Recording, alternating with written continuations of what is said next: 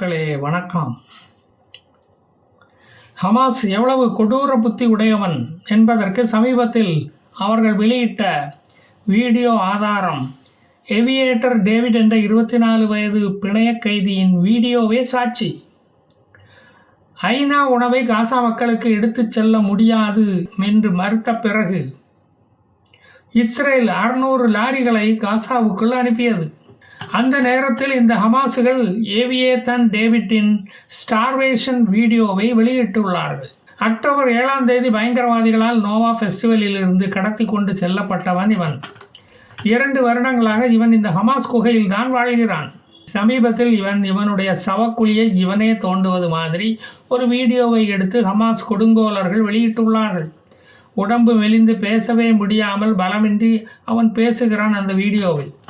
அதே போல இன்னொரு பிணைய கைதியான 21 வயதே நிரம்பிய ரோம் பிராஸ்லோவிஸ்கி என்ற பிணைய கைதி பட்டினியால் அவதிப்படுவதாகவும் மெடிசன் எதுவும் கிடைக்காமல் அவதிப்படுவதாகவும் அந்த வீடியோவில் புலம்புகிறான். இவர்கள் தங்களுக்கு சரியான உணவு தருவதே இல்லை. 300 மில்லி தண்ணீர் தான் தினமும் தருகிறார்கள். 5 பாதாம் பருப்பும் 2 ஸ்லைஸ் பிரெட்டும் பீன்ஸும் இவர்களுக்கு உணவாக கொடுக்கப்படுகிறது. உடம்பு மெலிந்து விட்டதால் அவரால் நடக்க முடியவில்லை. டேவிடுடைய பெற்றோர்கள் இவன் படும் பாட்டை நினைத்து அழுகிறார்கள். இவன் வாழும் குகை எந்த பகுதியில் இருக்கிறது என்று தெரியவில்லை. இதில் என்ன கொடுமை என்றால் அவனுக்கு சாப்பிட எதுவும் கொடுக்காமல் அவனை பார்க்க வைத்து எதிரே அமர்ந்து சிக்கன் பீஸை கடித்து தின்கிறார்கள் இந்த ஹமாசுகள். ஆரஞ்சு பழங்களை அவன் முன்னாலேயே உரித்து தின்கிறார்கள். கான் யூனிஸ் பகுதியில் 3 ஹமாஸ் வீரர்கள் ஜட்டியுடன் ஐடிஎஃப் இராணுவத்திடம் சரணடைந்து இருக்கிறார்கள். அவர்கள் ஜட்டியோடு வந்ததும் இராணுவம் உஷாரானது. அவர்களை நெருங்கவில்லை. ஜட்டிக்குள்ள வெடிகுண்டு வச்சிருந்தா என்ன பண்றது? தற்கொலை படையாக இருக்கலாம் இல்லையா? ட்ரோன்களை அவன் அருகில் அனுப்பி அவனை நன்கு ஆராய்ந்து பார்த்த பிறகுதான், உச்சி முதல் உள்ளங்கால் வரை ஆராய்ந்து பார்த்த பிறகுதான் பக்கத்திலே போனாங்களாம். எந்த ஜட்டிக்குள்ள எந்த பாம்பு இருக்குன்னு தெரியாது இல்லையா?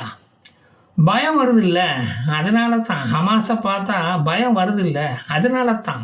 சரணடைந்த ஹமாசுகள் அவர்களிடமிருந்த ஆயுதங்களை ஒப்படைத்து விட்டார்கள். அவர்கள் ஸ்டாக் வைத்திருந்த ஆயுதங்களையும் ஒப்படைத்து விட்டார்கள். இஸ்ரேல் இராணுவம் பிடிச்சிட்டு போனால் ஜெயிலில் வச்சு நல்ல சாப்பாடு போடுவானே. ஹமாஸ் மாதிரி பற்றினி போடும் குறுகிய புத்தியெல்லாம் அந்த இஸ்ரேல் இராணுவத்துக்கு கிடையாது பார்த்தீங்களா? அதனால அவர்களின் முடிவை எடுத்திருப்பார்கள். பாலஸ்தீனர்கள் ஹமாஸை வெறுக்க ஆரம்பித்து இருப்பதால் அவர்கள் அங்கு பாலஸ்தீனருடன் சேர்ந்து வாழ பயப்படுகிறார்கள். அதைவிட ஜெயில் அவர்களுக்கு பாதுகாப்பாக இருக்கும். பாலஸ்தீனர்களே ஹமாசுகளை காட்டி கொடுத்து விடுவார்கள் என்று அவர்களே பயப்படுகிறார்கள். பாலஸ்தீனத்தை Spain, France, Britain, Germany, Canada போன்ற நாடுகள் அங்கீகரித்துள்ளன.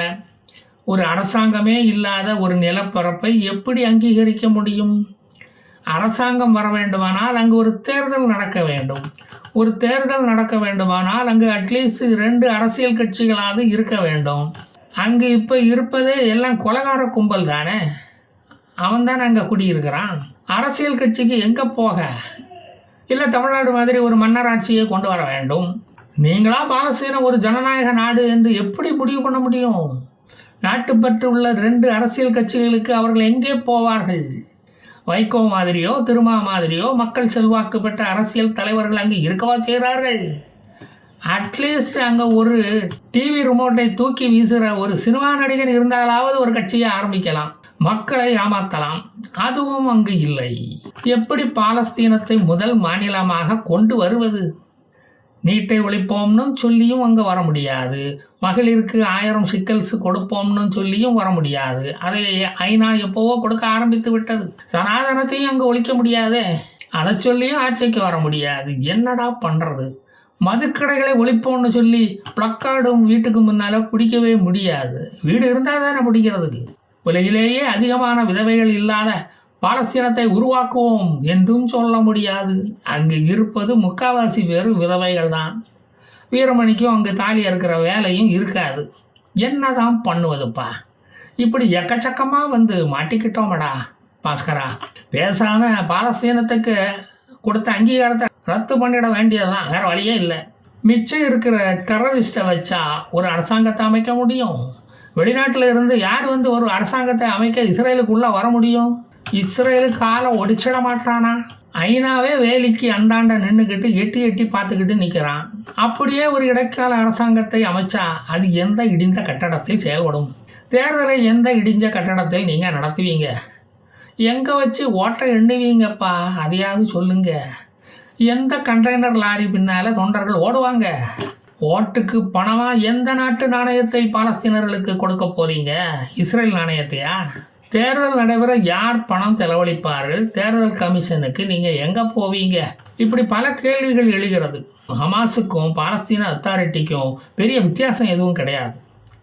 எவனையும் அங்கே உள்ள பாலஸ்தீனன் நம்ப மாட்டான், பாலஸ்தீனனையும் எவனும் நம்ப மாட்டான். இரண்டும் ஒரே குட்டையில் ஊறிய மட்டைகள் என்று காமராஜரே சொல்லிட்டு போயிட்டாரே. இந்த லட்சணத்தில் பாலஸ்தீனத்துக்கு அங்கீகாரம் கொடுக்க போறீங்களாக்கும் விளங்கிடும். அப்படி அமையப்போகும் அரசாங்கம் மதசார்பற்ற அரசாங்கமாகவா இருக்க போகிறது?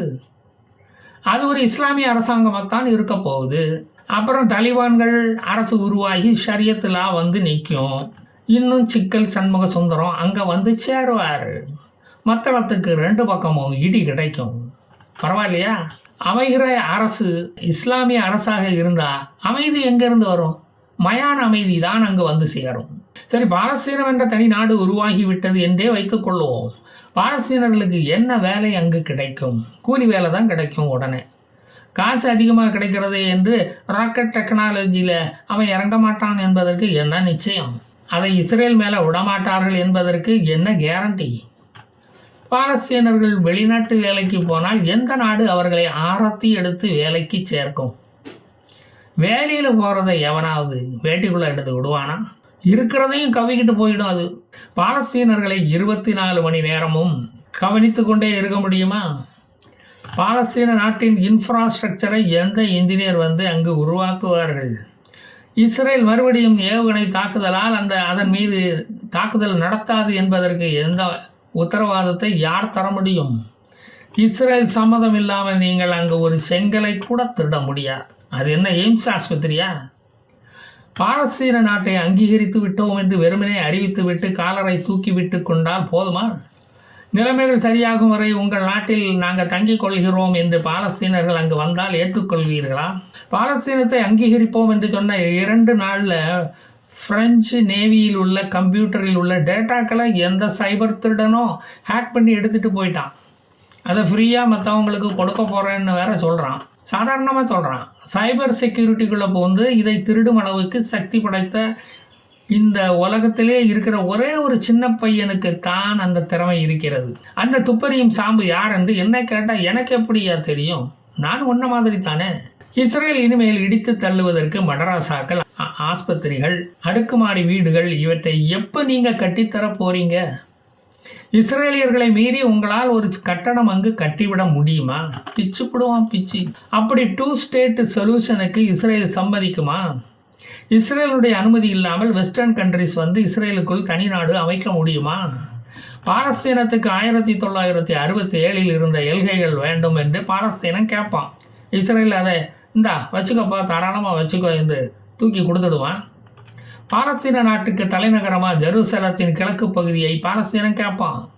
இஸ்ரேல் வேலையை அதை கொடுத்து விட்டு தான் மறுவேலை பார்க்குவான்.